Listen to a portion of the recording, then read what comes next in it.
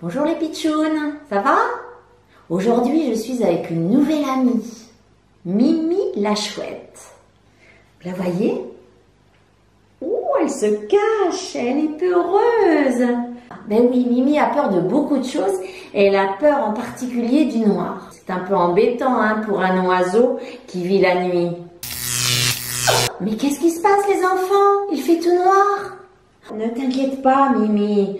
Alors Alain, t'es en train de chercher la panne? Oui, je crois avoir vu d'où ça venait. Bon allez, je te répare ça Véronique, pas de problème. Ah, merci Alain, t'es vraiment le champion de la technique. Allez, à la prochaine Alain. Et vous les enfants, est-ce que vous avez peur du noir quand votre maman ou votre papa éteint la lumière? Eh bien, on va essayer de se rassurer en écoutant une histoire qui s'intitule Mimi, la petite chouette qui avait peur du noir.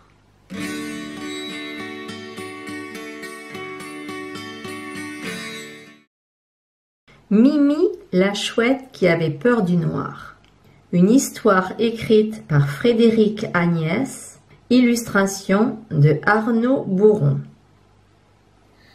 Mimi était une adorable petite chouette et ses parents les plus gentils de tous les parents. Mais Mimi avait un gros souci.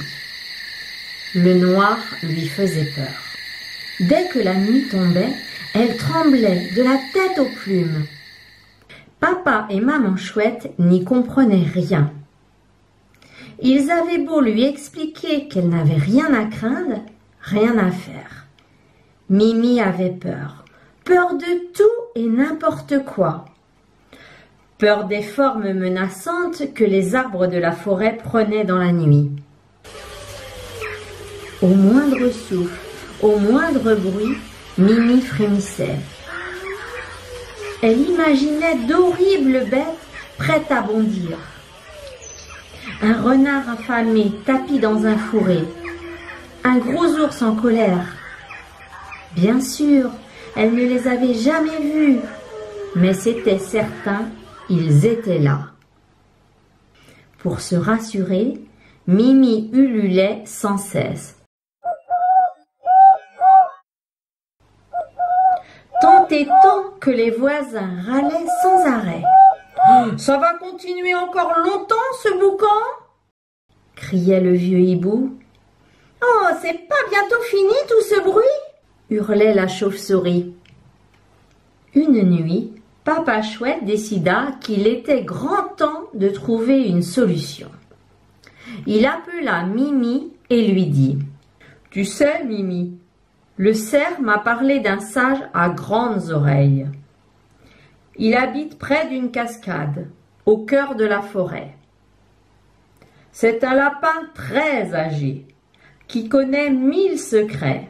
Je suis persuadée qu'il saura nous aider. » Aussitôt, ils partirent à sa recherche.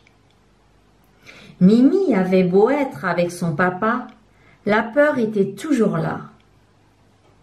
La petite chouette tremblait si fort qu'elle pouvait à peine voler. Et alors qu'il se faufilait entre deux gros chênes, une branche craqua soudain. Terrorisée, Mimi se réfugia dans le plumage tout chaud de son papa. Arrivés à la cascade, ils aperçurent un hérisson. César, c'était son nom. Il gardait farouchement les lieux et il était aussi fort curieux.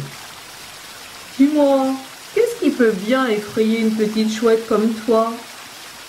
lança-t-il sans même dire bonjour. « La nuit !» répondit Mimi timidement.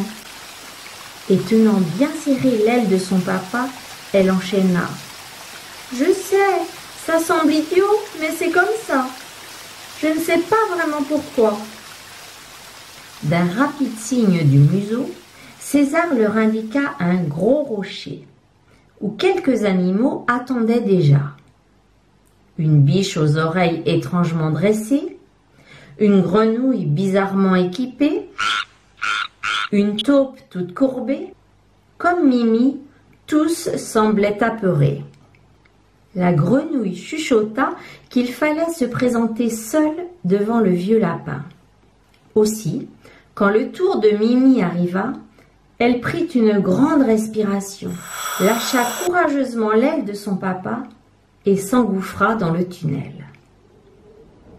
Il y faisait sombre, mais tout au bout, elle apercevait le sage qui la guidait vers sa grotte baignée de lumière. Quand Mimi se trouva enfin face au lapin, il savait déjà ce qui la tracassait. « Jolie Mimi, lui dit-il, c'est donc le noir de la nuit qui te fait si peur ?» La petite chouette hocha tristement la tête. « Tu sais, reprit le sage, quand tu as peur, c'est un peu comme quand tu as froid. Tu frissonnes à l'intérieur. Alors, tu dois te réchauffer avec de belles pensées. Imaginer de belles choses, des choses chouettes, quoi, souligna-t-il d'un regard malicieux. Mimi écoutait et réfléchissait. Tout à coup, son regard s'illumina.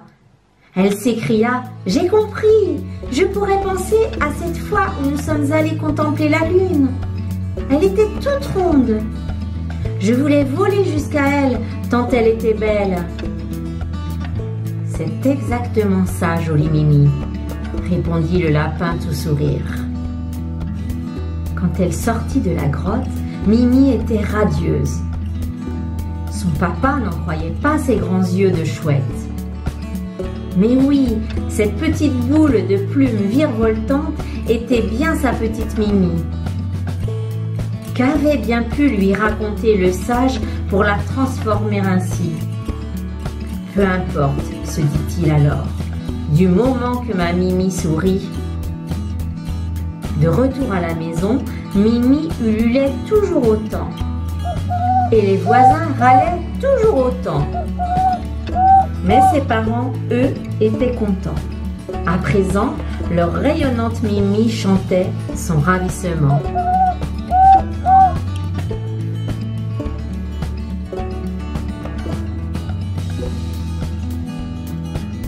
Amuse-toi avec ces illustrations et raconte l'histoire dans le bon ordre.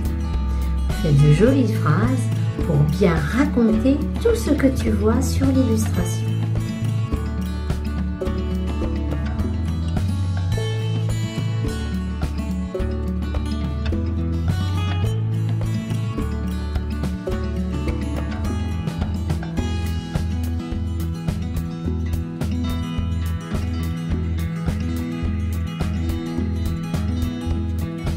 Et toi, dis-moi, as-tu peur du noir?